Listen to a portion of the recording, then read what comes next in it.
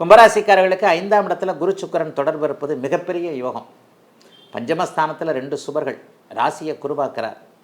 அருமையான அமைப்பு இது. ராசியில் ராகு இருந்தாலும் கூட குருவின் பார்வையில் இருக்கிறனால குழப்பங்கள் எதுவும் கிடையாது. ஜன்மச்சனி முடிஞ்சு போச்சு.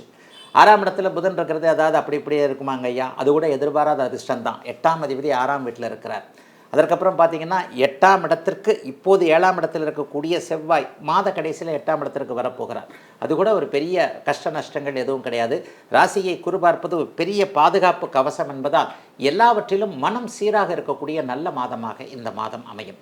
கடந்த வருஷம் போன வருஷம் ஜூலை மாதம் எப்படி இருந்தீங்கன்னு யோசிச்சு பாருங்கள். கடுமையான போராட்டத்தில் இருந்தீங்க. அது இப்போ இல்லை இல்லையா? ஜென்மச்சனி விலகிடுச்சு இல்லையா? இன்னொன்று பார்த்தீங்கன்னா புரட்டாதி நட்சத்திரத்திலிருந்து சனி சுத்தமாக விலகி இப்போ உத்திரட்டாதி நட்சத்திரத்துக்கு போயிட்டார்.